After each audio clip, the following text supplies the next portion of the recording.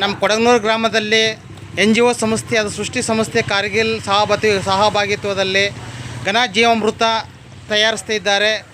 ಅದರ ಬಗ್ಗೆ ಮಾತಾಡಲು ಲೋಕೇಶ್ ಸರ್ ಇದ್ದಾರೆ. ಅವ್ರ ಬಗ್ಗೆ ಮಾಹಿತಿ ನೀಡ್ತಾರೆ. ಎಲ್ಲ ರೈತ ಬಂಧುಗಳಿಗೆ ನಮಸ್ಕಾರ. ನನ್ನ ಹೆಸರು ಲೋಕೇಶ್ ಅಂತ. ನಾವು ಸೃಷ್ಟಿ ಅನ್ನೋ ಯೋಜನೆ ಅಡಿನಲ್ಲಿ ಈ ಪುನರುತ್ಪಾದಕ ಕೃಷಿ ಪದ್ಧತಿ ಬಗ್ಗೆ ರೈತರಿಗೆ ಮಾಹಿತಿಯನ್ನು ಕೊಡ್ತಾ ಇದ್ದೀವಿ.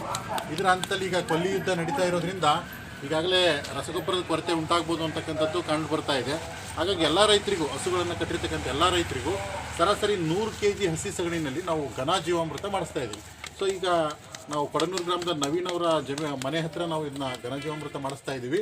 ಈ ಘನ ಜೀವಾಮೃತ ಮಾಡೋ ವಿಧಾನ ಹೇಗಪ್ಪ ಅಂತಂದರೆ, ಈ 100 kg ಹಸಿ ಸಗಣಿಗೆ ನಾವೊಂದು 2 kg ಬೆಲ್ಲ ಮತ್ತು ಒಂದು 2 kg ಕಡಲೆ ಹಿಟ್ಟನ್ನು ಚೆನ್ನಾಗಿ ಮಿಶ್ರಣ ಮಾಡ್ಕೊಂಡು ಇದ್ರ ಜೊತೆಗೆ ಗೋಮೂತ್ರವನ್ನು ಬಳಸ್ಕೊಂಡು ಈ ರೀತಿ ಸಗಣಿನ ಚೆನ್ನಾಗಿ ಕಲಿಸ್ಕೊಂಬಿಟ್ಟು, ಮಣ್ಣಿನ ಜೊತೆಗೆ ಸಗಣಿನ ಚೆನ್ನಾಗಿ ಕಲಿಸ್ಕೊಂಡು ಈ ರೀತಿ ಚಿಕ್ಕದಾಗಿ ಉಂಡಿಗಳನ್ನು ಮಾಡ್ಕೊಳ್ತಾ ಇದ್ದೀವಿ. ಈ ಉಂಡಿಗಳನ್ನು ನೆರಳಲ್ಲಿ ಈ ಥರದ ಪಾಟಿನ ಮೇಲೆ ಒಣಗಿಸ್ಕೊಂಬಿಟ್ಟು ಇವುಗಳನ್ನು ಒಣಗಿದ ಮೇಲೆ, ಚೆನ್ನಾಗಿ ನೆರಳಲ್ಲಿ ಒಣಗಿದ ಮೇಲೆ, ಬಿಸಿಲಲ್ಲಿ ಒಣಗಿಸ್ಬಾರ್ದು, ನೆರಳಲ್ಲಿ ಒಣಗಿಸಿದಾದ್ಮೇಲೆ ಒಂದು ಚೀಲವನ್ನು ತುಂಬಿಕೊಂಡು ಆ ಚೀಲವನ್ನು ಚೆನ್ನಾಗಿ ಆ ಉಂಡೆಗಳನ್ನು ಪುಡಿ ಮಾಡ್ಕೊಂಡು ಹೊಲ ತುಂಬ ಆದರೂ ಎರಚ್ಬೋದು.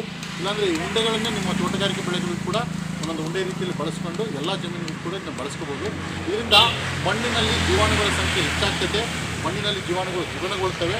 ಹಾಗಾಗಿ ಎಲ್ಲ ರೈತ ಬಾಂಧವರು ಈ ರೀತಿಯ ಘನ ಜೀವಾಮೃತವನ್ನು ನೀವು ಮಾಡ್ಕೋಬೇಕು ಅಂತಕ್ಕಂತ ಹೇಳ್ತಾ ಇದ್ದೀನಿ. ಎಲ್ರಿಗೂ ನಮಸ್ಕಾರ, ಧನ್ಯವಾದಗಳು.